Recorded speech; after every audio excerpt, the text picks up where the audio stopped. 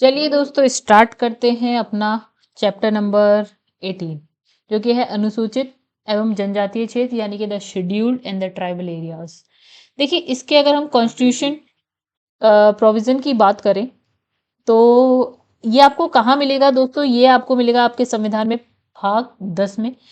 Article है 244, यानी कि इसमें क्या लिखा है? अनुसूचित और जनजातीय क्षेत्रों के प्रशासन के विषय में जानकारी आपको यहाँ से मिलेगी। अच्छा, यहाँ पे दो अनुसूचियों की बात होती है, एक तो होती है अनुसूची 5 और एक 6। ठीक है, तो इसमें कुछ ऐसे एरियाज, मतलब ऐसे राज्य हैं, या यूटी आप कह लीजिए, राज्य कह लीजिए, राज्य यूटी। तो जिसमें आपको अनुसूचित और जनजातीय क्षेत्रों के बात कही जाएगी। अच्छा, तो मतलब ऐसे राज्य जिसमें ये आपको ये जनजातियां या SC ST मिलते हो।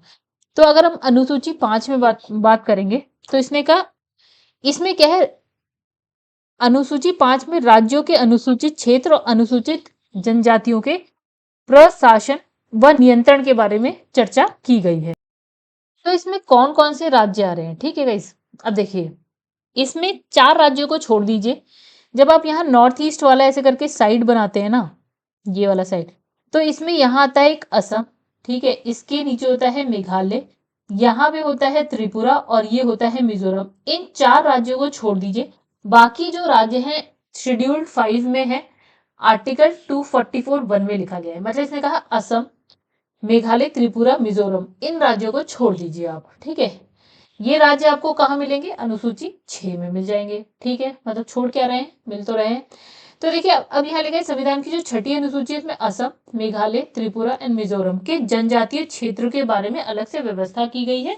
उनके प्रशासन के लिए ना क्या किया गया? उपबंध किए गए। राइट, आर्टिकल 244(2) में। 244(1) में क्या है? इन 4 राज्यों को छोड़ दीजिए, बाकी सब आएंगे। और 244(2) में अनुसूची 6 में 4 राज्य आ जाएंगे। ठीक है, यानी 5 और 6, अनुसूची 5 और 6। ओके, अब इसने कहा 22वां संविधान संशोधन होता है 1969 में। इंदिरा गांधी थी उस वक्त प्राइम मिनिस्टर। इनके माध्यम से, मतलब इन्होंने क्या किया, इस अधिनियम के माध्यम से संविधान में क्या गया? आर्टिकल 244 का जोड़ा। ठीक है, जो संसद को क्या करता है? एक शक्ति देता है कि वो कानून के द्वारा असम के कुछ जो जनजातीय क्षेत्र हैं उसको मिलाकर एक स्वायत्त राज्य की स्थापना और उसके लिए स्थानीय विधानमंडल या मंत्री परिषद या दोनों का सर्जन कर सकता है। ऐसा जोड़ा गया बाद में आपके संविधान में 22वें संविधान संशोधन अधिनियम के द्वारा। ठीक है, कौन सा आर्टिकल? 244 असम के लिए बोला गया। ठीक है, आगे बढ़ते हैं। अब यहाँ 5वीं 6ठी अनुसूची, इन दोनों में तुलना करी गई है। तो इसमें देखिए क्या, 5वीं अनुसूची की अगर हम बात करें तो यहाँ पे अनुसूचित क्षेत्रों के प्रशासन की बात लिखी, 6ठी अनुसूची में जनजातीय क्षेत्रों में प्रशासन की बात लिखी गई है। तो अनुसूचित क्षेत्रों का निर्धारण देखो, अब 5वीं अनुसूची में हमने 4 राज्य छोड़े थे। इसने कहा असम, त्रिपुरा, मेघालय, मिजोरम के अलावा किसी अन्य राज्य है उनके राज्य क्षेत्र को राष्ट्रपति द्वारा अनुसूचित क्षेत्र घोषित किया जा सकता है।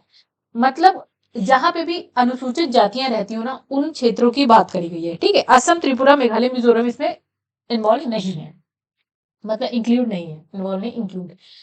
6ठी अनुसूची की बात करें तो इसके अंतर्गत उत्तर पूर्व के 4 राज्यों को छोड़ दी। 4 राज्य कौन कौन से? देखिए, इसमें इन चारों को छोड़ा गया, इसमें ले लिया।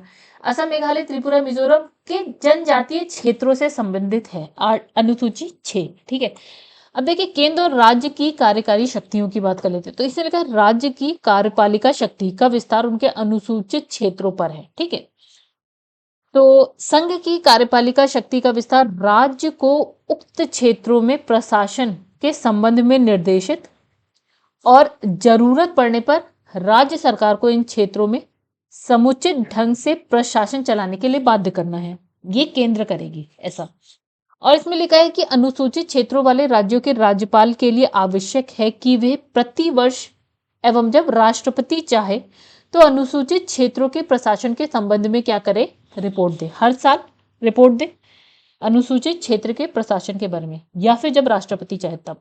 अब यहाँ लिखा है स्वायत्त जिले, स्वायत्त क्षेत्र की बात करें नहीं, यहाँ पे अब यही पहले पढ़ लेते हैं। तो जनजातीय सलाहकार परिषद भी है यहाँ पे। देखिए, जो क्षेत्र अनुसूचित क्षेत्र घोषित किया गया है या जिन क्षेत्रों में कोई अनुसूचित क्षेत्र नहीं है किंतु अनुसूचित जनजातियां रहती हैं, तो राष्ट्रपति के निर्देश से जनजातीय सलाहकार परिषद का गठन अनिवार्य है। ठीक है, यानी कि जो अनुसूचित क्षेत्र है वहां, और ये जहां अनुसूचित क्षेत्र नहीं है बट आपकी अनुसूचित जनजातियां रह रही हैं, ठीक है, वहां पे एक जनजातीय सलाहकार परिषद का गठन अनिवार्य है राष्ट्रपति के निर्देश पे। ठीक है, एक बात लिखा है जनजातीय सलाहकार परिषद में अधिकतम इसने का मैक्सिमम 20 सदस्य होंगे। ठीक है, इसमें से इसने का 3/4 उस राज्य की जो विधानसभा है उसमें जो अनुसूचित जनजातियों के सदस्य में से होंगे। 3/4, बाकी 1/4 की बात, मतलब 3/4 तो अनुसूचित जनजाति जो विधानसभा में उनमें से ही होंगे। ऐसा कर एक फिर इसमें लिखा है राज्यपाल को परिषद के अध्यक्ष सदस्यों की नियुक्ति की पद्धति संख्या को निर्धारित करने का अधिकार होगा। ये सारे अधिकार राज्यपाल को दिए। ये परिषद राज्य की अनुसूचित जनजातियों के कल्याण और उन्नति के संबंध में ऐसे विषय पर सलाह देगी जो राज्यपाल द्वारा निर्देशित किए गए हों, यानी सलाह देगी कल्याण उन्नति के लिए। अच्छा, अनुसूचित क्षेत्र में लागू विधि की बात करते हैं। अब देखिए यहाँ पे क्या लिखा है, राज्यपाल को अधिकार है कि वह संसद या फिर राज्य विधानमंडल द्वारा कोई विशिष्ट अधिनियम उस क्षेत्र के उस राज्य के अनुसूचित क्षेत्र या उनके किसी भाग पर लागू करे या ना करे। मतलब अगर कोई कानून बन भी जाता है संसद का या राज्य विधानमंडल का, तो ये राज्यपाल बताएगा कि भैया ये उन क्षेत्र में लागू होगा या नहीं होगा। अच्छा, राज्यपाल को अनुसूचित क्षेत्र में शांति सुव्यवस्था हेतु नियम बनाने की शक्ति है। ठीक है, मतलब राज्यपाल के पास ये शक्ति है। अच्छा, इसने कहा संसद के या राज्य विधानमंडल के किसी अधिनियम में संशोधन या निरसन कर सकेगा जो उस क्षेत्र पर लागू होने वाले हो। यानी कि सपोज कोई कानून बन जाता है, अधिनियम बन जाता है, तो राज्यपाल उसमें चाहे तो संशोधन कर सकता है। अच्छा, ऐसे क्षेत्रों के भूमि के हस्तांतरण को सीमित या निषिद्ध अथवा भूमि के आवंटन का विनियमन कर सकेगा। कौन करेगा? ये भी राज्यपाल। साहूकार के व्यवसाय को भी नियंत्रित कर सकेगा। कौन? राज्यपाल। मतलब यहाँ मैक्सिमम जो शक्ति है वो राज्यपाल चाहे तो करेगा। राज्यपाल कोई विनियमन तब तक नहीं बना पाएगा जब तक उसने जनजातीय सलाहकार परिषद से परामर्श नहीं किया हो। यहाँ पे एक चीज और, राज्यपाल तो है ही, जनजातीय सलाहकार परिषद भी है, ये बोलेगी तो राज्यपाल कर देगा। ऐसे विनियमन को राष्ट्रपति के समक्ष तुरंत प्रस्तुत करना होगा जो राज्यपाल ने बना दिया, और उसकी अनुमति के बिना कोई भी विनियमन प्रभावी नहीं होगा। अच्छा, राज्यपाल की शक्ति वस्तुतः राष्ट्रपति के अधीन है। मतलब देखिए मैक्सिमम काम राज्यपाल कर रहा है लेकिन फिर भी उसके ऊपर राष्ट्रपति बैठा है, तो वो भी कुछ हाना हाना कहेगा। अच्छा, संसद को शक्ति प्राप्त है कि वो 5वीं अनुसूची के किसी उपबंध का संशोधन, परिवर्तन या निरसन कर सकती है। ये देखिए अब संसद पे पहुंच गए। मतलब राज्य की विधानमंडल की कहानी यहाँ पे बड़ी कम सी है ना। राज्यपाल, उसके ऊपर राष्ट्रपति, संसद भी कर रहा है। देखो आर्टिकल 368 के तहत संविधान संशोधन नहीं माना जाता है। ठीक है, आगे बढ़ते हैं। अब यहाँ तो हमने बात करी थी 5वीं अनुसूची। 6ठी अनुसूची में देखिए, यहाँ पे पहली बात तो हमने बात कर ली कि जो 4 राज्य असम, मेघालय, त्रिपुरा, मिजोरम, उसके जनजातीय क्षेत्र से संबंधित प्रावधान आपको 6ठी अनुसूची में मिल जाएंगे। एक बात इसने कहा स्वायत्त जिला स्वायत्त क्षेत्र की बात करते हैं तो इन जनजातीय क्षेत्रों को स्वायत्त जिले के रूप में प्रशासित किया जाएगा। स्वायत्त, जिनके पास खुद शक्ति हो। अगर किसी जिले में विभिन्न अनुसूचित जनजातियां निवास करती हैं तो राज्यपाल ऐसे क्षेत्र को स्वायत्त क्षेत्र के रूप में विभाजित कर सकेगा। मतलब इसने कहा स्वायत्त क्षेत्र बना सकता है अगर ऐसी अनुसूचित जनजातियां रहती हैं। तो ये काम कौन कर रहा है? राज्यपाल कर रहा है। राज्यपाल को लोक अधिसूचना द्वारा स्वायत्त जिले में स्वायत्त क्षेत्र बनाने, पहले से शामिल स्वायत्त क्षेत्र को हटाने, नए स्वायत्त जिले बनाए, स्वायत्त जिले के क्षेत्र को बढ़ाने घटाने, 2 या 2 से अधिक स्वायत्त जिलों को मिलाकर एक बनाने, नाम बदलने, इन सब का अधिकार किसके पास है? राज्यपाल। बहुत ज्यादा शक्तियां दे दी गई भैया यहाँ पे।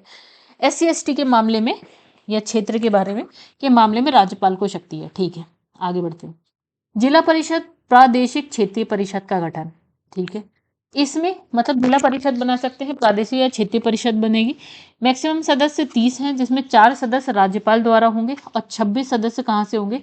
वयस्क मताधिकार से निर्वाचित, यानी कि वोट देके होंगे 26। 4 कहाँ से? राज्यपाल खुद से बता देगा कि ये मैं इनको नामित कर रहा हूँ। ठीक है, अब इसे निर्वाचित सदस्यों का कार्यकाल 5 वर्ष का होगा। ठीक है, मनोनीत सदस्य राज्यपाल के प्रसाद पर्यटक तक पद धारण करेंगे। इसका मतलब जब राज्यपाल करेगा नियुक्त तो उसके प्रसाद पर्यटक ही रहेंगे। जैसे राष्ट्रपति करता है तो उसके प्रसाद पर्यटक रहते हैं, यहाँ राज्यपाल करेगा तो उसके, जब चाहे हटा सकता है। और जो लेकिन जो वोटिंग के थ्रू आएंगे guys, उनका है 5 साल का। ठीक है। अगर किसी स्वायत्त जिले के भीतर स्वायत्त क्षेत्र का गठन किया गया है तो ऐसे प्रत्येक क्षेत्र के लिए पृथक क्षेत्रीय परिषद होगी। ठीक है, आगे बढ़ जाते हैं। अब लिखा है जिला परिषद क्षेत्रीय परिषद की विधियां विधायी शक्तियां।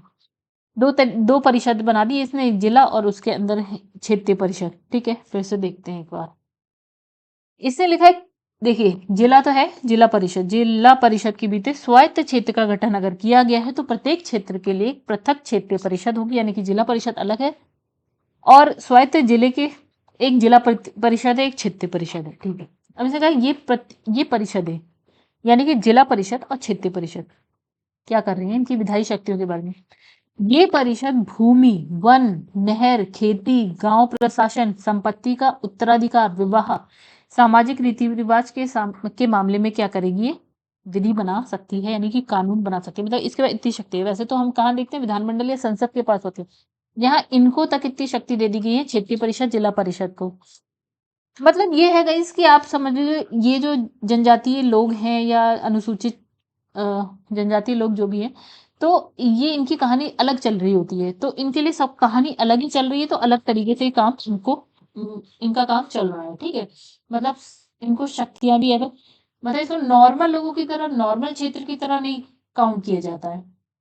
अच्छा, राज्यपाल की अनुमति से परिषदों को भू राजस्व के निर्धारण, परिषद की बात हो रही है, यही भू राजस्व का निर्धारण कर रही है, संग्रह, कुछ निश्चित कर लगाने की शक्ति यहाँ है। देखो, वैसे संसद करती है, विधानमंडल करती है, यहाँ कौन कर रहा है, परिषद कर रही है।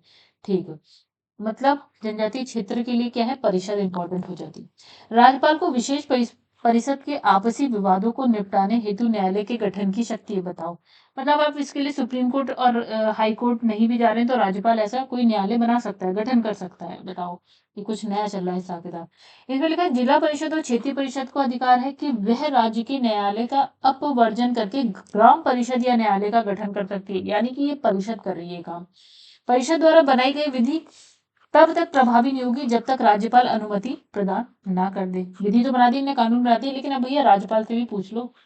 अच्छा, जिस मामले में कम से कम 5 साल कारावास है या उम्र कैद है या मृत्यु दंड का प्रावधान है, उन पर विचार करने का अधिकार इन न्यायालयों को राज्यपाल की सहमति के बाद ही मिलेगा। मतलब भैया अगर आपने न्यायालय है, चलिए बना दिया, गठन कर दिया, लेकिन राज्यपाल से आपको पूछना पड़ेगा। आप सुप्रीम कोर्ट तक तो नहीं जा रहे या हाई कोर्ट तक तो नहीं जा रहे, लेकिन जो ये न्यायालय अगर मृत्युदंड दे दे, 5 साल से ज्यादा की सजा या उम्र कैद दे दे, तो भैया राज्यपाल की सहमति चाहिए ही चाहिए, अपने मन से काम नहीं चलेगा। स्वायत्त जिले स्वायत्त क्षेत्र के प्रशासन की जांच करते चलिए।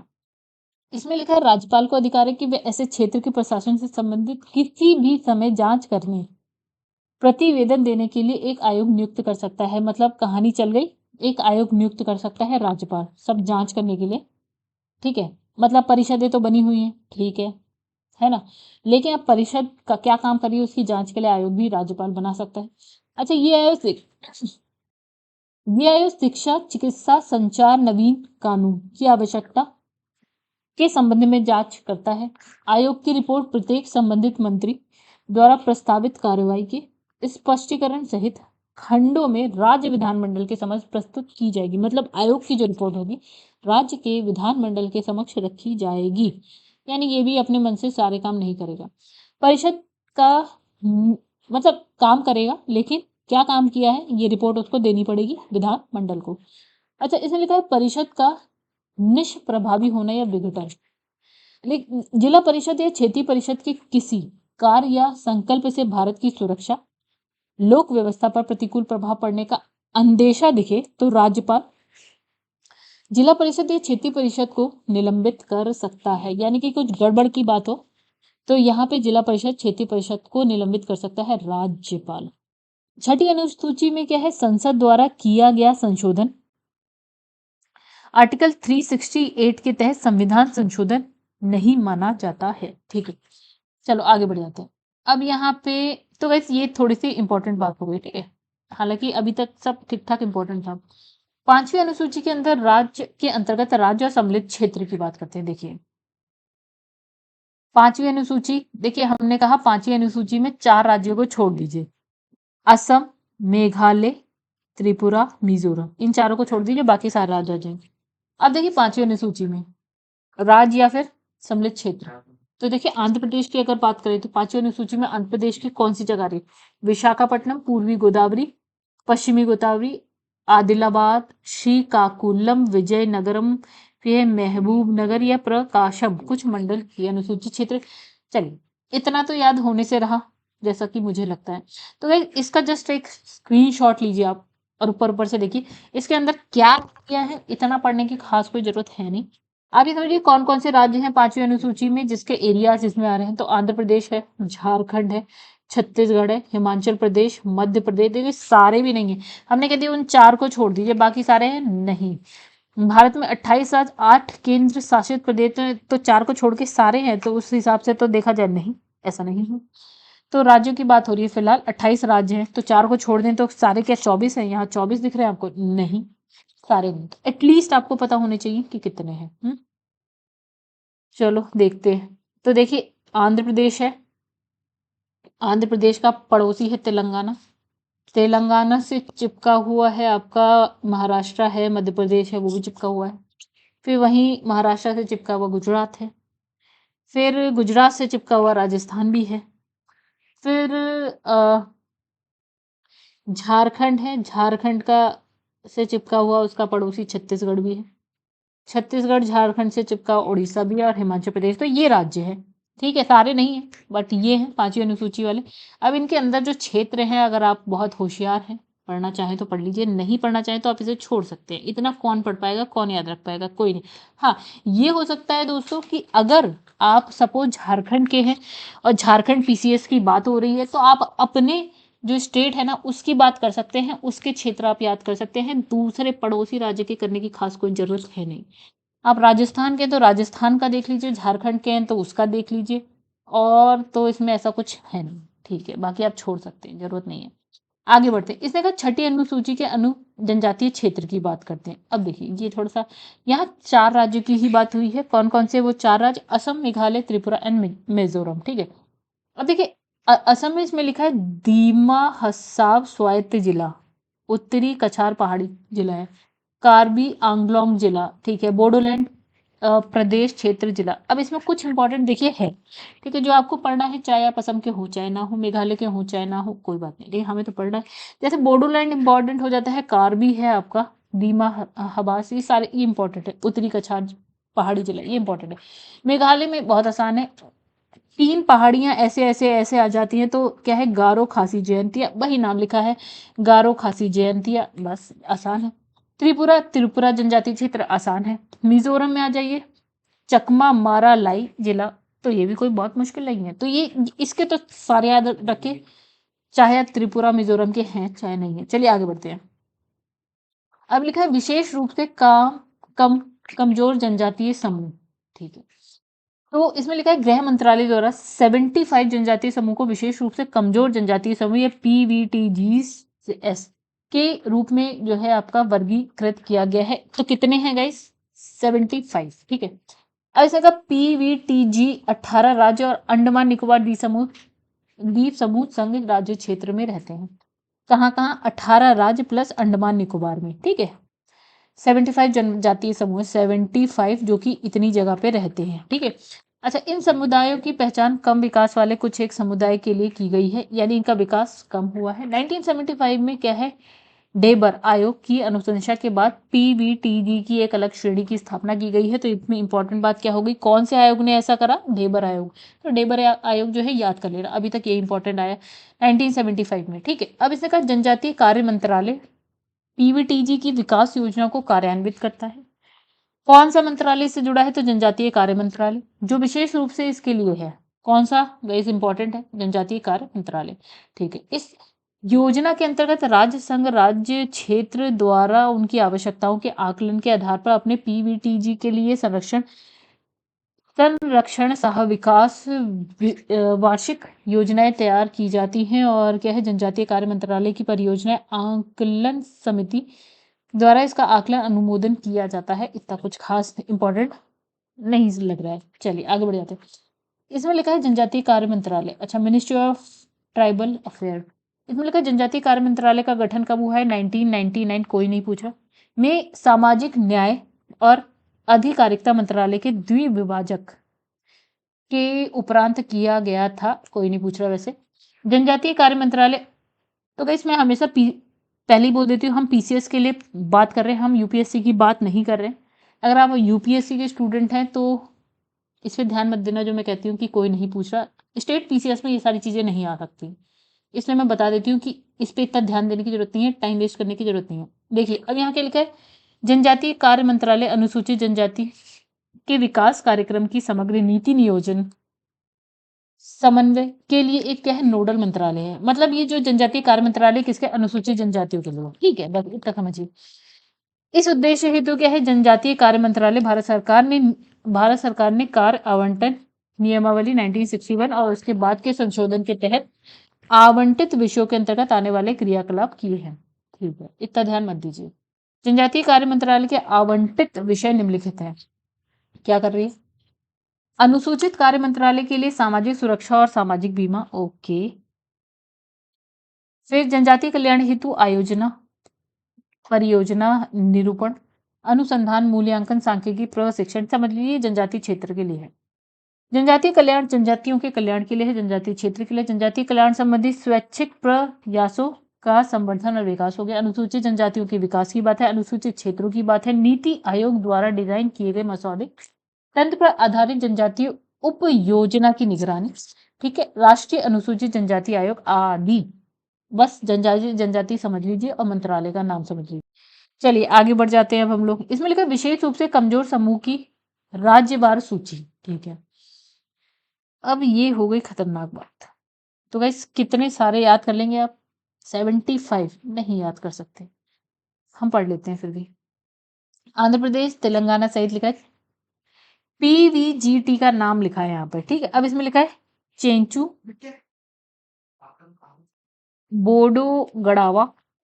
तो गाइस ये आप पढ़ लीजिए, मैं इस पे ज्यादा टाइम वेस्ट करना नहीं चाहती।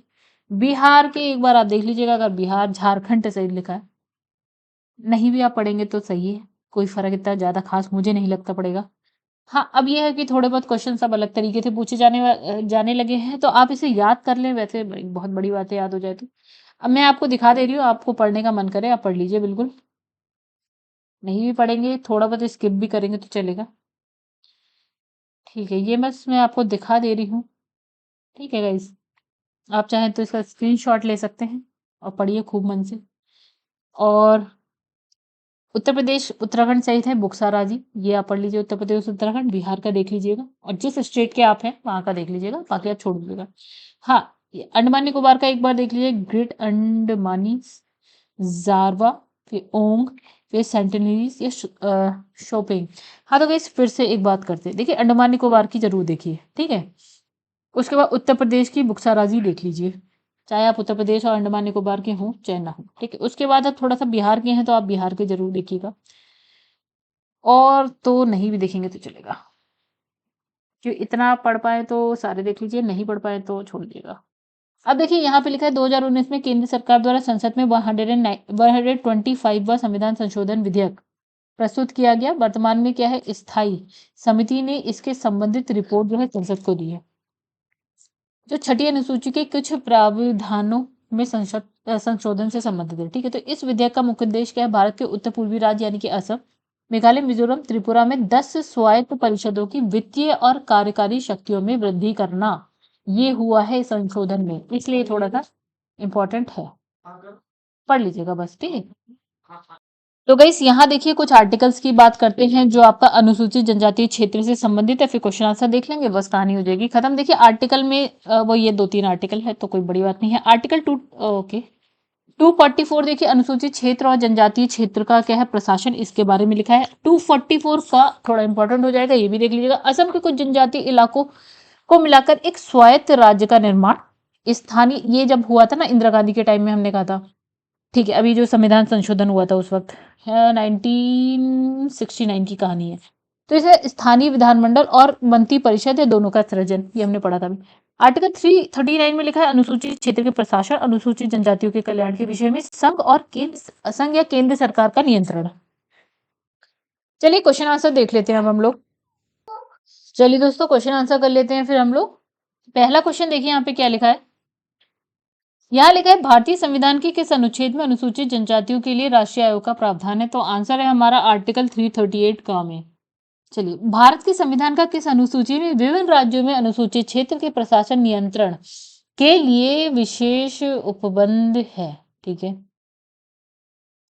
तो इस यहाँ पे हमारा आंसर है 5वीं अनुसूची। फिर भारत के संविधान में 5वीं अनुसूची और 6ठी अनुसूची के उपबंध निम्नलिखित में से किस लिए किए गए हैं। तो देखिए यहाँ लिखा है अनुसूचित जनजातियों के हितों के संरक्षण के लिए। चलिए अब लिखा है निम्नलिखित कथनों पर विचार करिए। चलिए विचार करते हैं। तो इसमें लिखा है पहला कि संविधान के भाग 10 में आर्टिकल 244 के तहत अनुसूचित और जनजातीय क्षेत्र के प्रशासन के विषय में उपबंध है। हमें बताना कौन सा गलत है। बिल्कुल ये सही बात है। तीसरी चौथी अनुसूची में जनजातीय क्षेत्र के प्रशासन के संबंध में चर्चा की गई है। नहीं गाइस, ये गलत है। यहाँ पे 5वीं और 6ठी अनुसूची की बात हुई है बस। चलिए क्वेश्चन नंबर 5 देखिए, निम्नलिखित कथनों पर विचार करते हैं। चलिए तो यहाँ लिखा है कि आर्टिकल 344 के खंड 1 के तहत 4 राज्यों को छोड़कर अनुसूचित और जनजातीय क्षेत्रों के प्रशासन नियंत्रण के बारे में उपबंध है। बिल्कुल सही बात है। और जो खंड 2 है उसमें असम, मेघालय, त्रिपुरा, मिजोरम के बारे में बात है। बिल्कुल सही बात है, दोनों सही है। निम्नलिखित में से किस संविधान संशोधन द्वारा आर्टिकल 244 का जोड़कर संसद को शक्ति प्रदान की गई कि वे असम के कुछ जनजातीय क्षेत्र को मिलाकर एक स्वायत्त राज्य की स्थापना कर सकती है। तो वो कौन सा संविधान संशोधन अधिनियम था। तो आंसर है आपका 22वां संविधान संशोधन अधिनियम 1969। वही इंदिरा गांधी के टाइम वाला कहानी है। चलिए अब इसमें लिखा है निम्नलिखित में से किसके द्वारा अनुसूचित क्षेत्र में वृद्धि और कमी या क्षेत्र के निर्धारण का कार्य किया जा सकता है। तो ये महान शक्ति किसके पास है। राष्ट्रपति के द्वारा किया जा सकता है। ठीक है, अब इसने कहा है निम्नलिखित में से किस अनुसूची, तो गाइस इसमें निम्नलिखित में से किस अनुसूची के तहत जो है जनजातीय सलाहकार परिषद का गठन किया जाता है। किस अनुसूची के तहत होता है। तो 5वीं अनुसूची के तहत होता है। किसी जाति या जनजाति को अनुसूचित जाति या अनुसूचित जनजाति घोषित करने हेतु शक्ति संपन्न संवैधानिक प्राधिकारी है। ओके, तो इसमें है भारत का राष्ट्रपति है। राष्ट्रपति का बहुत शक्ति है। अनुसूचित जनजाति का दर्जा। ओके, तो इसमें कहा धर्म निष्ठा से तटस्थ है। धर्म वर्म नहीं देखा जाएगा यहाँ पे। अब नेक्स्ट अनुसूचित जाति अनुसूचित जनजाति के लिए राष्ट्रीय आयोग गठित करने का प्रावधान संविधान के किस अनुच्छेद के अंतर्गत किया गया है। तो आर्टिकल 338 और 338 का में। अब लिखा है राष्ट्रपति के निर्देश द्वारा अनुसूचित जनजाति क्षेत्र हेतु एक जनजातीय सलाहकार परिषद का गठन किया जाता है जिसकी सदस्य की संख्या कितनी है। 20 है। इसमें से कितने सदस्यों को उस राज्य की विधानसभा में शामिल अनुसूचित जनजाति के सदस्यों में से लिया जाता है। कितने। तो आंसर हमारा है 3/4। चलिए इसमें लिखा है 6ठी अनुसूची में जिला परिषद प्रादेशिक परिषद के गठन का प्रावधान है। बिल्कुल सही। इसकी कुल सदस्य संख्या है 30 जिसमें से कितने सदस्य निर्वाचित, कितने सदस्य जो है मनोनीत होते हैं।